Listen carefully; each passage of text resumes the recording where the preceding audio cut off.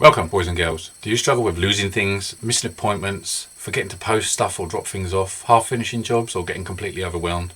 Yeah, that's probably 4 things. I needed a good title, that's why I said 5. 5 sounds better than 4. So I'm here to help solve some of those problems. I'm not saying these tips are going to work for you. They work for me on a daily basis. They worked to train me as well. So most of the time they're good. I'm assuming they'll probably work for you as well if you stick with them. Tip number 1, losing things. A classic ADHD move. You put something down and 5 seconds later it's vanished. It's disappeared into another dimension. It's completely gone. You don't remember having it in your hand.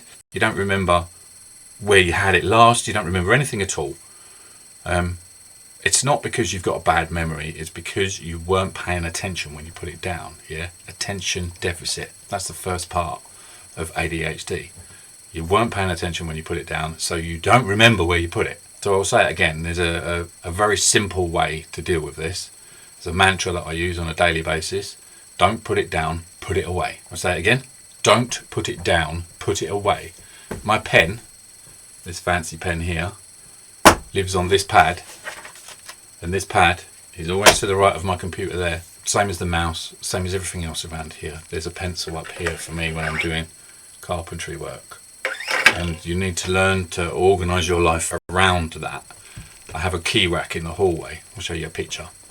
That's where I keep all the keys for everything, because I don't want to be looking for stuff. I don't want to be losing stuff. So when I come in, my keys go on there. My wallet goes in my bag that's hanging on the wall. My phone comes here next to the desk. Whatever room I'm going in, that's where I put my phone. You need to learn to do this. You need to program yourself to do this. Don't put it down, put it away. Losing track of appointments. That's something everybody does. That's what got me sacked from all of those jobs that I mentioned in my first video when I was a teenager.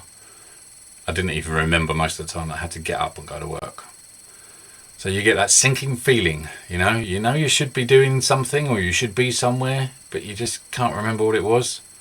Yeah, I've been like that for so long, but there's a magic fix for it. And in modern day times, you can carry it around with you in the palm of your hand. It's called Google Calendar.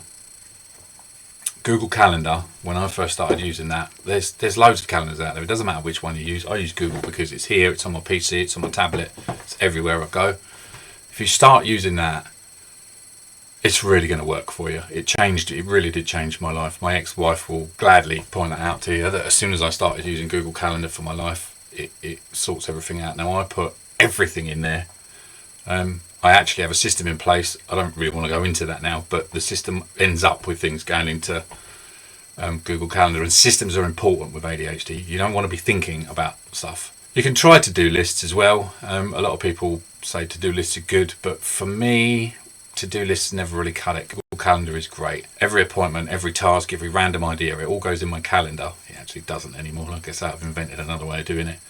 Then in the evening I sort it all out and plan it. Trust me, it will make so much difference to your life. No more missed appointments, no more panic, no more, oh my god, what have I forgotten? Or the phone call when someone says, you were supposed to be here 20 minutes ago, where are you? While you're lounging in the bath or playing Elden Ring. Use a calendar, the best one you can use. This one is quite important to me. I run a small business. That business involves posting things quite a bit, dropping things off. We've all done this. A letter that takes 5 days to post, or a parcel that lives by the door for a week. Here's what fixes it for me, and this can be used in other aspects of your ADHD. Visual reminders. I literally put that thing that needs to be posted in my way. At the top of the stairs is a good place. I can't get out of my house without going downstairs, so the top of the stairs is a good place to put it. I use the kitchen counter as well. I'll stack things up on there. It used to drive my ex-wife crazy because there'd be stuff stacked up all over the place. That's just the only way you can do it. If I put things in my way and I have to move them before I get out of the house, I'll remember that they need to be done. And also, there's another simple thing is if you can do it now, do it now. So visual reminders and cues is always a way forward for us ADHD folk. Last but not least, half-finished jobs and overwhelm. Overwhelm is a difficult thing. I mean, obviously there's a dictionary definition of overwhelm. Half-finished jobs and overwhelm are basically twins. Overwhelm will make you stop halfway through a job, and fear of overwhelm will stop you from starting a job in the first place. It's just like a crazed, psychotic, negative feedback loop that being ADHD is just part of it. So going back to the previous step, use a calendar. Break your jobs down into smaller chunks and stick to those chunks like a religion.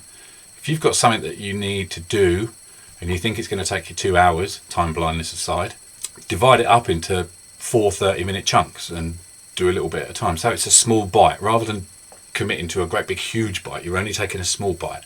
It won't feel so massive, and you're more likely to start and finish if it's shorter. If you find 30 minutes is too long, break it down to 20 minutes, break it down to 10 minutes. Yeah, it doesn't matter as long as the task gets done. And the more you learn to do things like this and get this under control, the more you start to do things on autopilot, and the less you need to think about what you're doing, which means the easier it is for you to not get distracted. I do this with everything, with blog posts, video scripts. 1 hour on a Friday, 1 hour on a Tuesday, that's it. And that works fine, and it will probably work for you.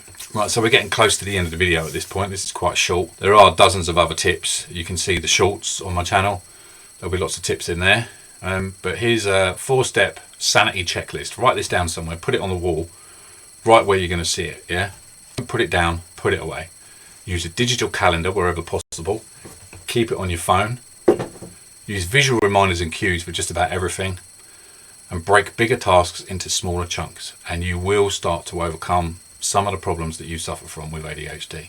Okay then, boys and girls, if any of these were helpful, you know the drill. Like and subscribe, and keep an eye out for next week's episode, which is how your ADHD will drive your other half around the bend.